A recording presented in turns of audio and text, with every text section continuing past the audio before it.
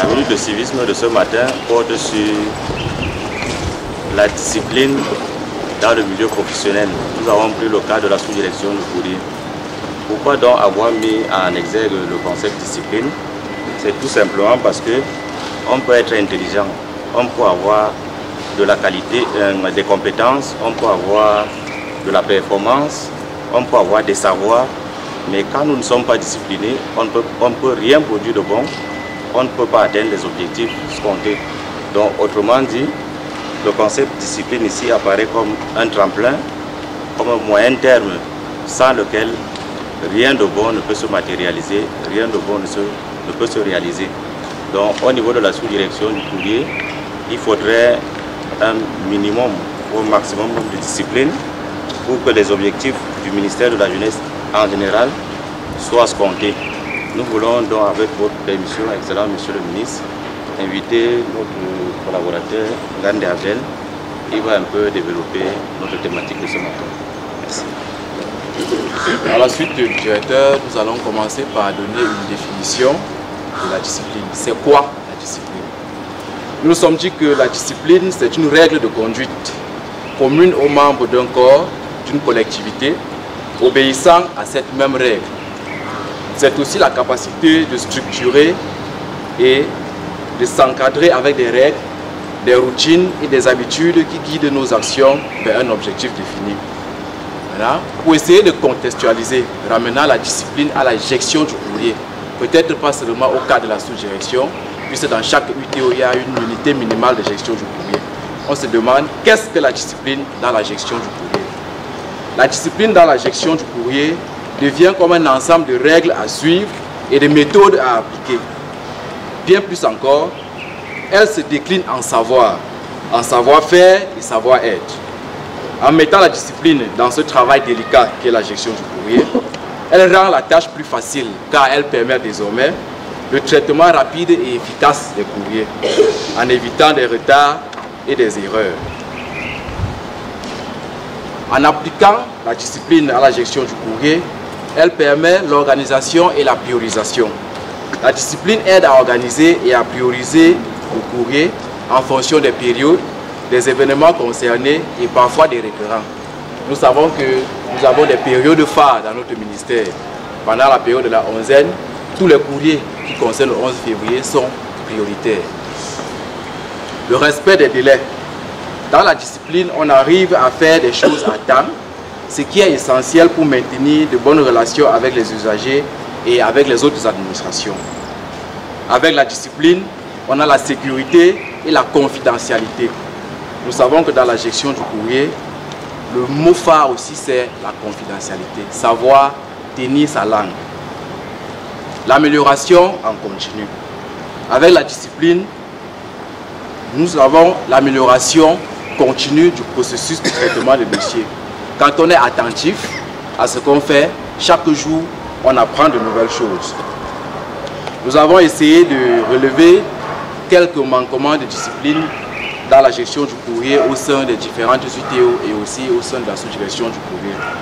Les manquements que nous avons pu relever sont entre autres le manque de contact et d'adresse sur les correspondances destinées aux requérants. Donc lorsqu'un courrier arrive chez nous, on l'a coté, on l'a destiné à une UTO. Lorsqu'elle a traité, en retour, on mentionne juste le nom du requérant. Il n'y a pas le contact, il n'y a pas d'adresse, on ne sait pas comment joindre celui qui a demandé. Nous avons aussi les retards, puisque chaque fois qu'un courrier est entré chez nous, nous demandons au requérant de revenir sur son dossier 15 jours après que le courrier ait été enregistré, dans le cas où il n'est pas appelé. Dans la plupart des cas, ces personnes reviennent à notre niveau pour qu'on puisse les orienter. C'est le travail que fait le chef service de la relance qui, lorsqu'il se rend compte que dans un délai déjà de 13 jours, le courrier n'est pas traité, il commence à relancer l'UTO en charge du courrier. Et pour la plupart des cas, les courriers qui accusent de retard sont les courriers qui sont destinés à traitement conjoint. Donc ce n'est pas une seule UTO, mais c'est plusieurs UTO qui sont impliqués. Nous avons aussi le manque de réponse.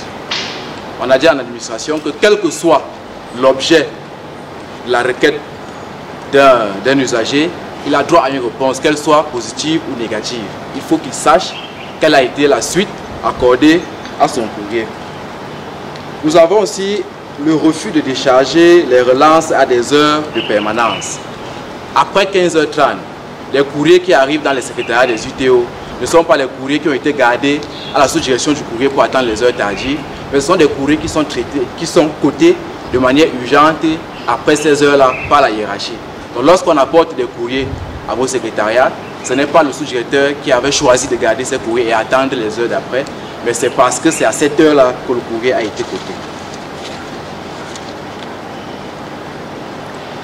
Nous avons aussi l'implication du courrier central dans les transmissions entre UTO, ce que nous relevions tout à l'heure. Lorsqu'un courrier est à traitement conjoint et qu'il faut l'avis d'une autre UTO, passer par le courrier central, que ce courrier central qui achemine ce document à l'autre UTO, ça perd un peu de temps. Si vous avez un dossier que vous traitez conjointement, voulant avoir l'avis de l'autre UTO, il serait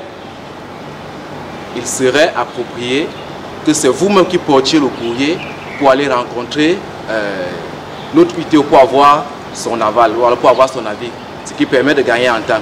Parce que venir déposer au courrier central, qu'on l'enregistre, qu'on le transmette à l'autre UTO, quand ça va arriver là-bas, ça va d'abord passer par le secrétariat, on va enregistrer avant d'aller toucher le chef du TO.